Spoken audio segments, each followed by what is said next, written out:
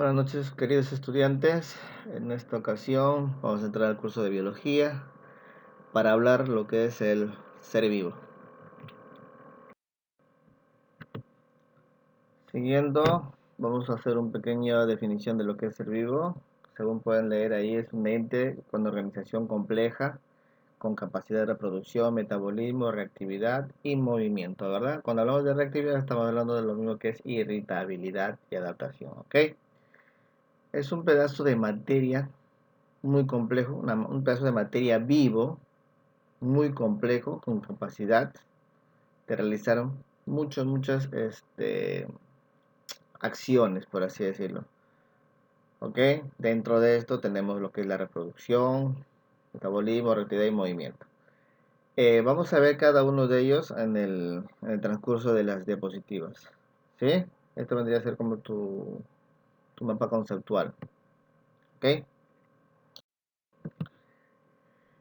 La primera característica que nos compete estudiar hoy es organización compleja. Quiere decir que está organizado por niveles.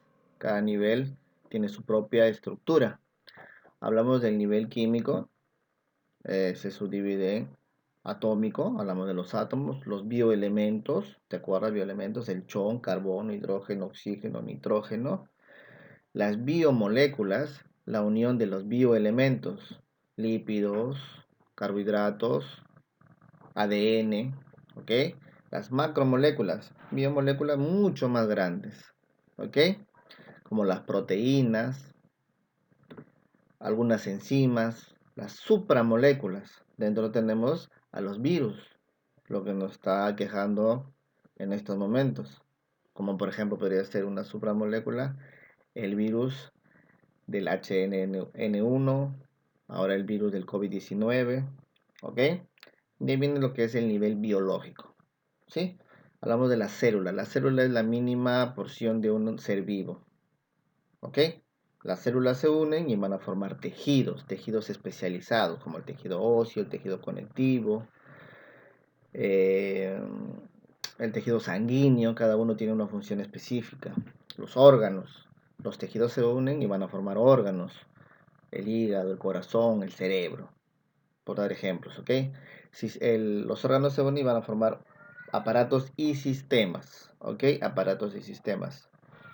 El aparato reproductor, el aparato circulatorio, el sistema nervioso, ¿sí? Estos se van a confluir y van a unirse y van a formar lo que es el individuo. En este caso, en el caso nuestro, a las personas. Nivel ecológico, ya habla de la población. La población es el conjunto de especies que tienen características iguales o parecidas. ¿Ok? Hablamos de la población. La comunidad, ¿qué es la comunidad? La unión de poblaciones. ¿Ok? La unión de poblaciones. Ecosistema. Tiene que ver acá la unión de lo que es la parte con vida y la parte sin vida. ¿Te acuerdas? El biotopo y la biocenosis. ¿Sí? Y la ecosfera ya habla en el conjunto, el total de todos estos ecosistemas que vendría a ser el planeta Tierra, en este caso la ecosfera. Tienes ahí el ejemplo a tu derecha bien explicadito. ¿Ok?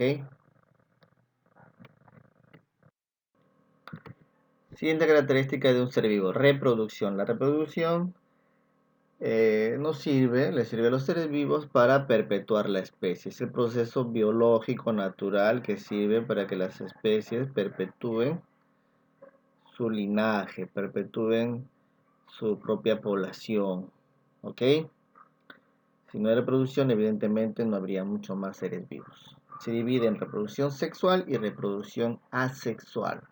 Vamos a empezar por la reproducción asexual, que tiene características, ¿no? Un solo progenitor, quiere decir que no necesitan hembra y macho, necesitan de masculino y femenino, solamente hay un solo progenitor. No intervienen células sexuales, ¿ok? No hay espermatozoides, no hay ovocitos, no hay nada de eso, ¿ok? No hay células sexuales. No hay variabilidad genética, quiere decir que el hijo, el hijo de este progenitor, el hijo de este progenitor va a ser igual al padre. su descendencia va a ser igual a su antecesor. ¿Ok? Y se divide en fisión binaria, gemación, esporulación y fragmentación. Vamos a empezar por fisión binaria. Se divide en tres: estrangulación, longitudinal y transversal. Puedes ver ahí el número 1, estrangulación, el ejemplo. Es simple de deducir, ¿no? En este caso una ameba se comienza a estrangular, a la parte media de la célula se comienza a estrangular y da origen a dos seres, dos seres hijos, ¿no? Longitudinal, el número 2, la euglena, ¿ok?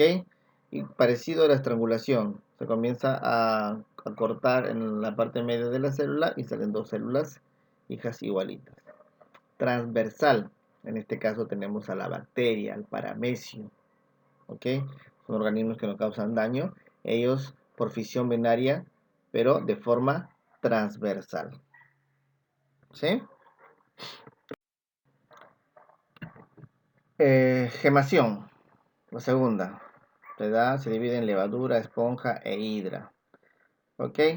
Esto es, le comienza a salir a la especie que se va a dividir a través de este tipo de reproducción, una especie de yema, una yema que esta va a empezar a crecer, a crecer, a crecer, y cuando ya sea el momento se va a dividir de su antecesor, va a ser igual, parecida al antecesor. Ok, por ejemplo, ahí vemos el ejemplo, vemos es un pólipo, un tipo de cinidario, ¿verdad? Entonces esto le comienza a salir una especie de chichón a su costado y ¡pum!, sale un pólipo nuevo. Sí, puedes ver ahí en la imagen inferior lo que les puedo decir. Es como si le hubiera un chichoncito, ¿verdad? Eso se llama una yema, la célula madre, y esta empieza a crecer, y en algún momento determinado esto se va a dividir y va a salir una célula hija, que va a ser igual al progenitor. ¿Ok? Tenemos la siguiente, que es la esporulación. La esporulación viene de esporas. Acuérdate siempre ahora del ejemplo del diente de león que encuentras en los parques, ¿verdad? Agarras, soplas y salen cual fueran sus hijos. Entonces, eso es como si fueran unas esporas. ¿Ok? Tenemos, en el caso de los protozoarios, al plasmodio, y en las bacterias es un montón, ¿no?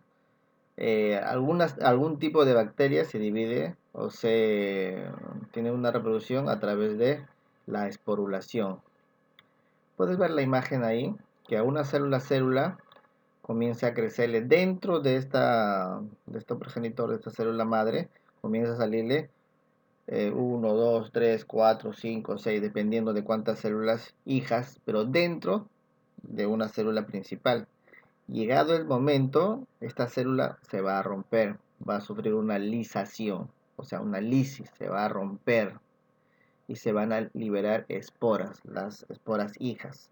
Puede ser 2, puede ser 3, puede ser 4, puede ser 5. ¿Ok? Acuérdate, en el caso de las bacterias, por eso que las bacterias se dividen a través de esto y son resistentes al calor, al frío, la desecación. Desecación es cuando no hay los desiertos, por ejemplo. ¿Sí? Siguiendo con reproducción asexual, nos toca hablar de fragmentación. Esto básicamente lo presentan las planarias, también algunos equinodermos como la estrella de mar, el erizo de mar también. ¿Ok? ¿Cuál es la particularidad?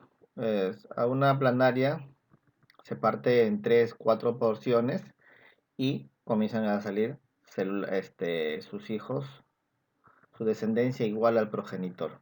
¿Ok? ¿Por qué? Porque hay una fragmentación y seguido a esto una regeneración. ¿Ok? ¿Quién se encarga de esta regeneración? Acuérdate de ese nombre que está ahí, el blastema. ¿Ok? Interviene en la regeneración reparativa.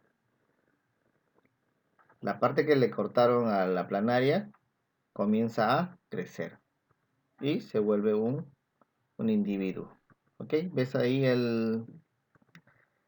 la estrella de mar? Sufre una decisión un pequeño pedazo de su cuerpo sale y comienza a crecer una estrella, una estrella nueva, una estrella de mar nueva. ¿Ok?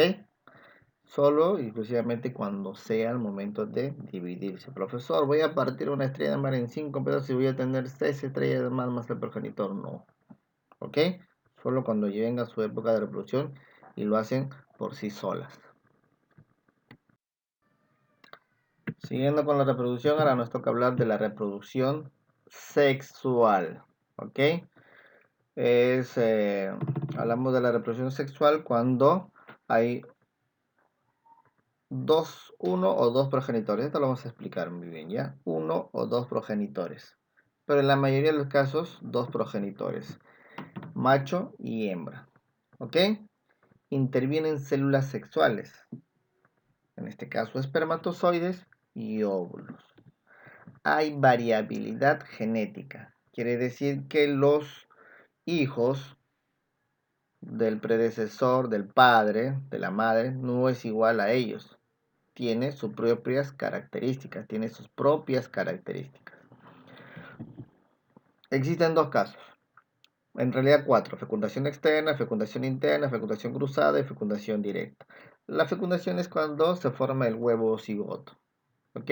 Que es la unión de los dos gametos, ¿no? En este caso el femenino y el masculino.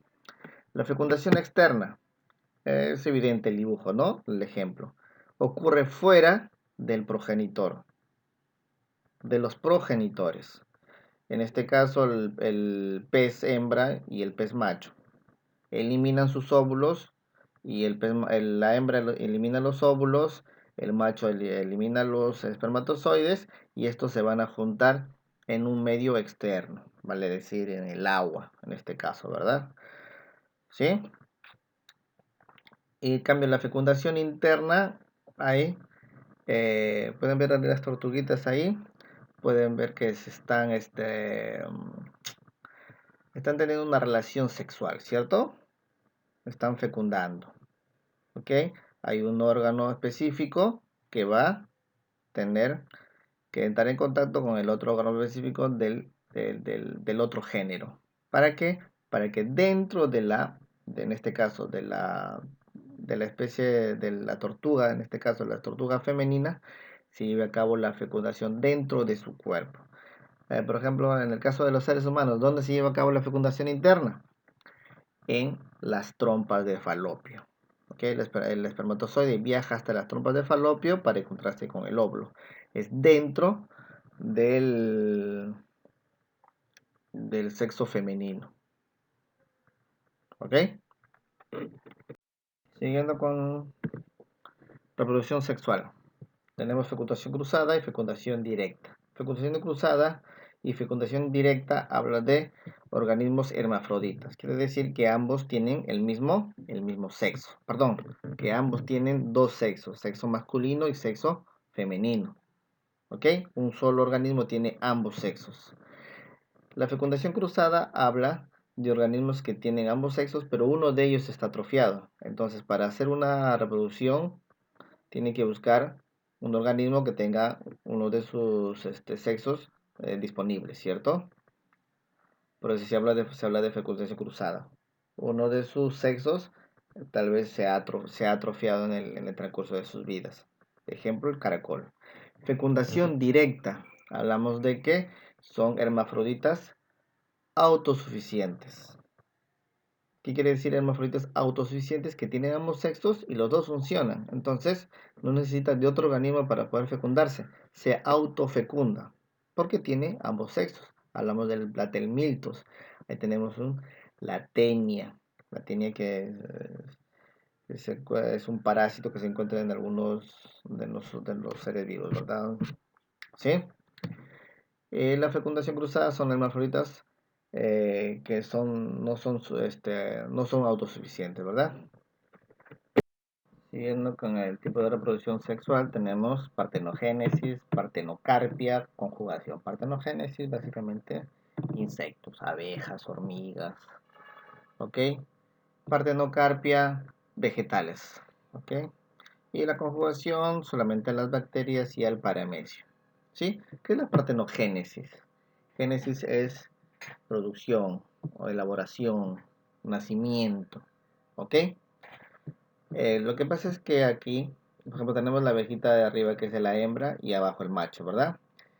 El macho tiene, para poder juntarse con la hembra, debe poner la mitad de su información genética, que son 16 cromosomas, ¿ok?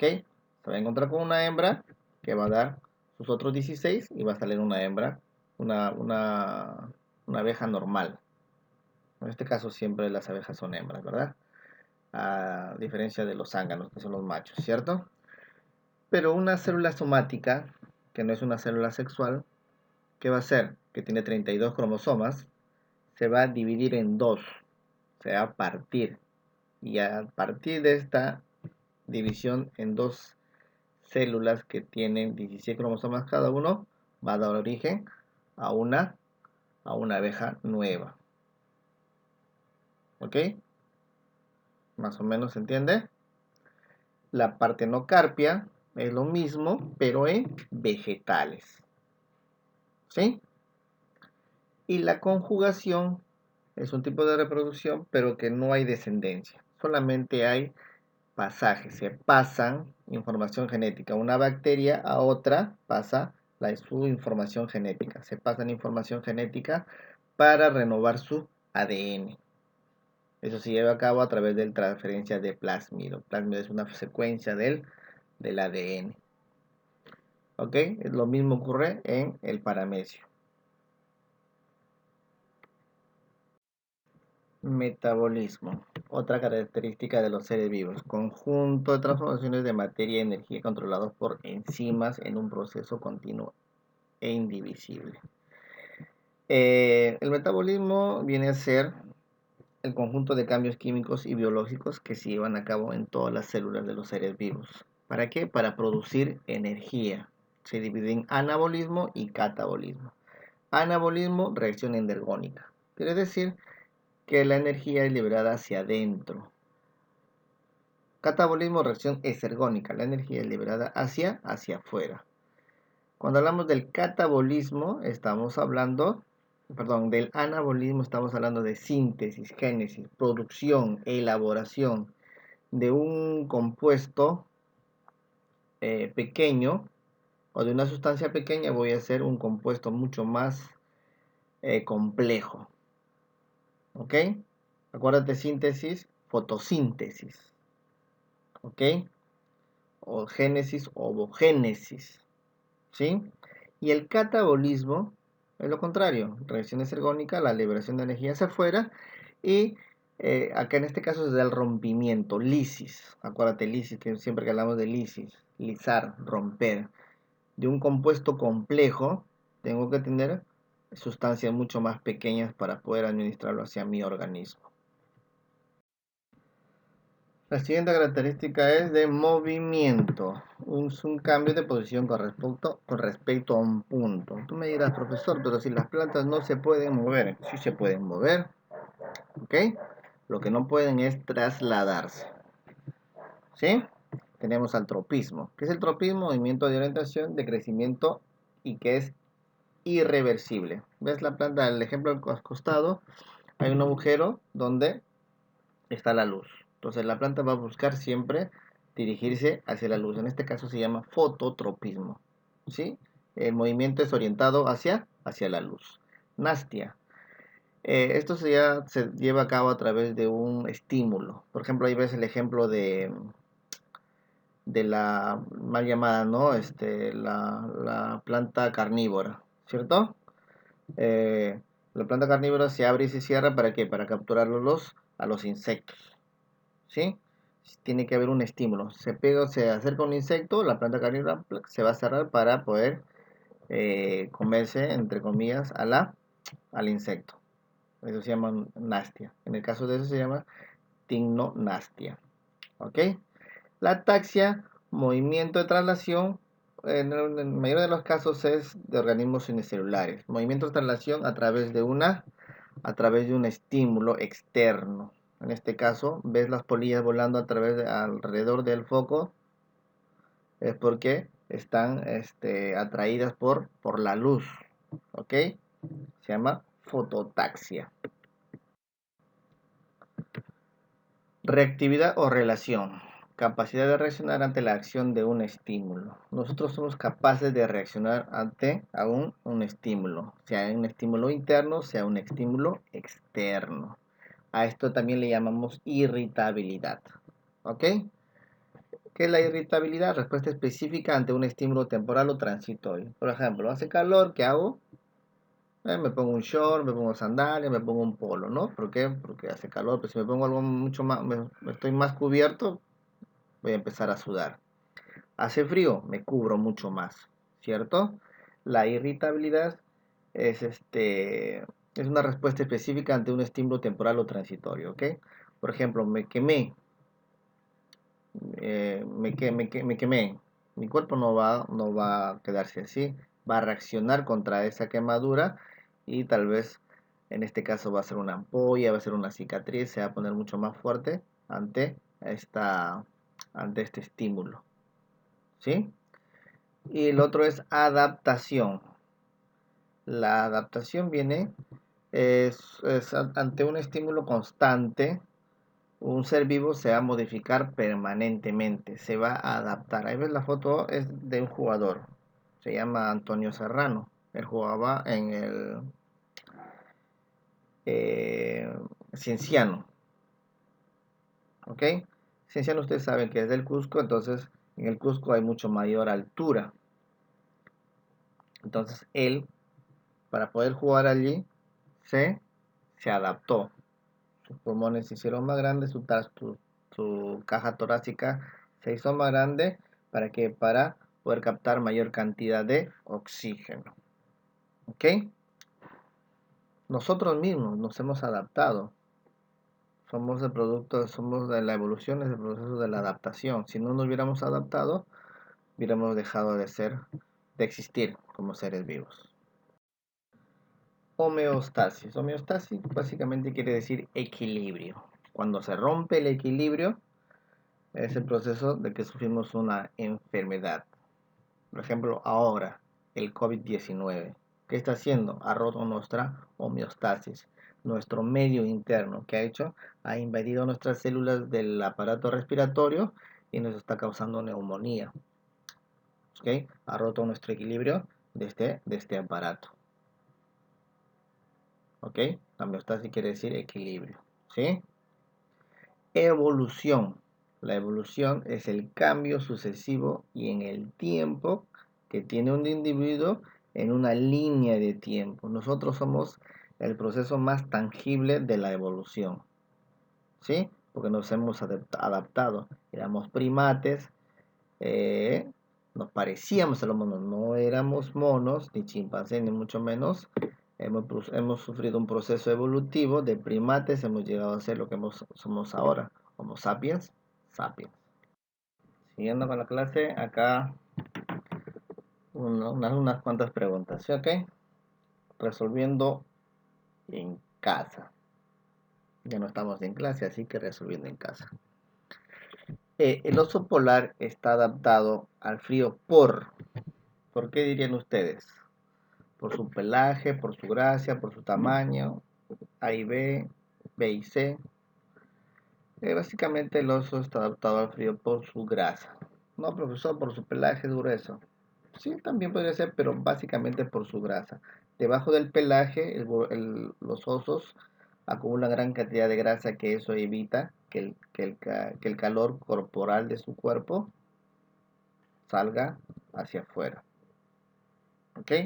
Evita que el calor escape. Así pueden ellos soportar las frías temperaturas, ¿verdad? La digestión es un ejemplo de la digestión. Te comes un pedazo de carne. Ese pedazo de carne es una molécula compleja. Y para que puedas digerirlo y pueda ingresar eso a tu cuerpo, a tus células, tiene que dividirse, tiene que romperse, lisis. Eso es característico del catabolismo de una molécula compleja, se hace una molécula más sencilla. La regeneración es una forma de reproducción sencillo. ¿Sexual o asexual? Asexual. ¿Ok? Además no tiene un sentido ahí. ¿Sí? Los músculos se desarrollan se llama cuando una persona agarra mucho más musculatura, toma más musculatura. ¿Han visto los físico-culturistas que tienen sus músculos bien formaditos, ¿verdad? Bien formados. Entonces eso sí lleva a cabo de una hiperplasia. Hiperplasia que es hipercrecimiento, en este caso de los músculos. 5. Son movimientos a favor o en contra de un estímulo. En este caso tenemos tropismo, nastias, tactismo. Cuando hay un estímulo vamos a hablar de los tropismos y las nastias. ¿Ok? Cuando es estímulo, tropismos y nastias. La clave es la A y B.